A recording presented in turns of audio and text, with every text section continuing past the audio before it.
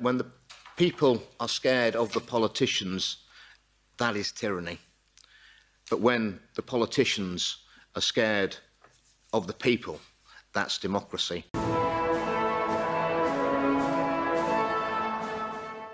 And of course, they said that there would be no handing over of sovereignty, there would be no giving away of powers, and we wouldn't be agreeing to any of this. Well, unfortunately, governments, as we know, do not always tell the truth. A Labor government will always look for ways in which we can provide assistance to those in need.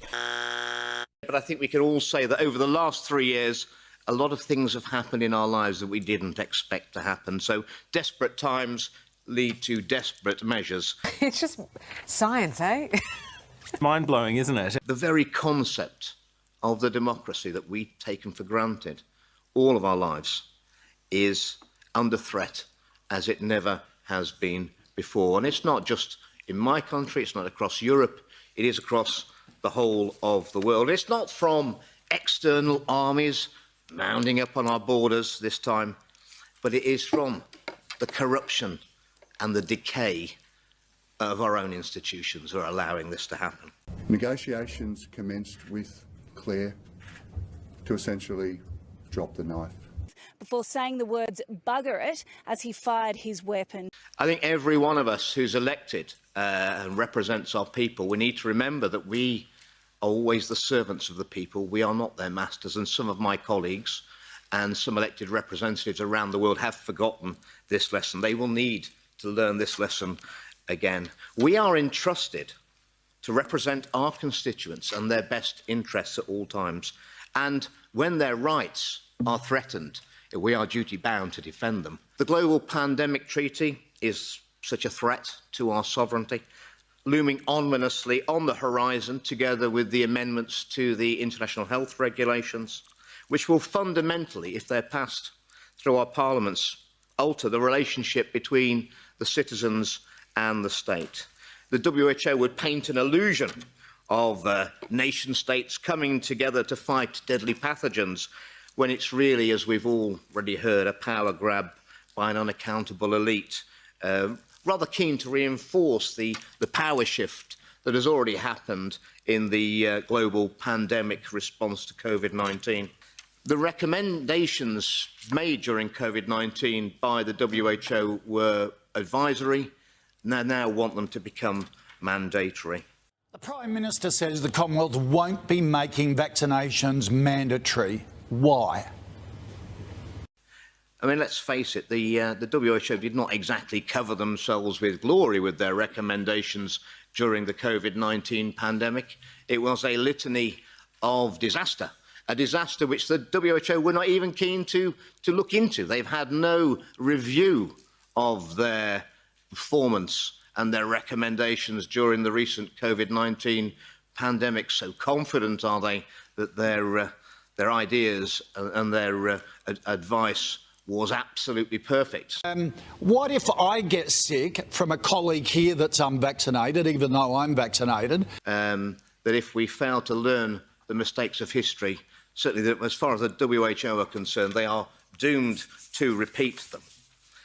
So the World Health Organization is an unelected, diplomatically immune, tax-exempt group that bears no resemblance to the good faith Florence Nightingale Union of Nations set up over 75 years ago. Public health and the decisions surrounding it now exist as a monopoly of the WHO, headed up by bureaucrats in Geneva, whose leadership has been embroiled in scandal after scandal. That is what it is, so yep.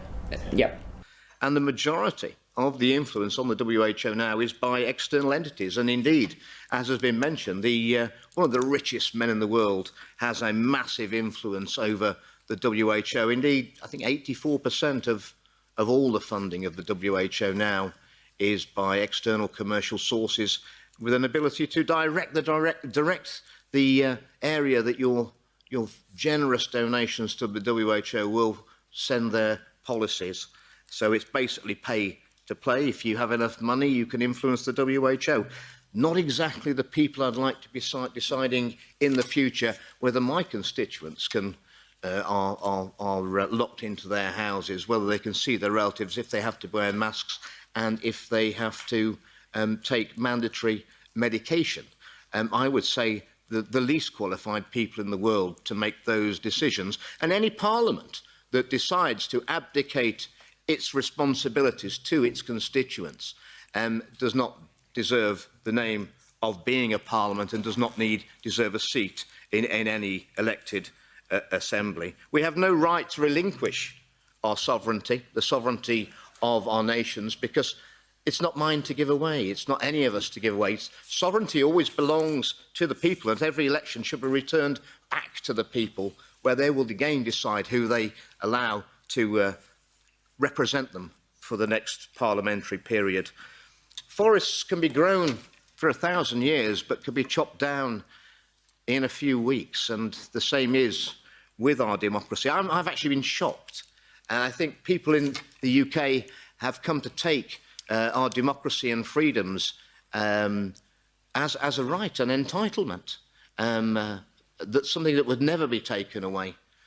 But I'm equally shocked that those in Europe who have suffered under tyranny in living memory would again perhaps acquiesce to that position again without resistance. So I don't think I'm being dramatic when I say that the Global Pandemic Treaty and the amendments to the International Health Regulations will allow the WHO to declare a public health emergency of international concern, a FAKE, abbreviated to, and not only when to call it, but how long it would last and when it would be over. And I suspect that it would be a very long time before we had democracy returned to our independent parliaments.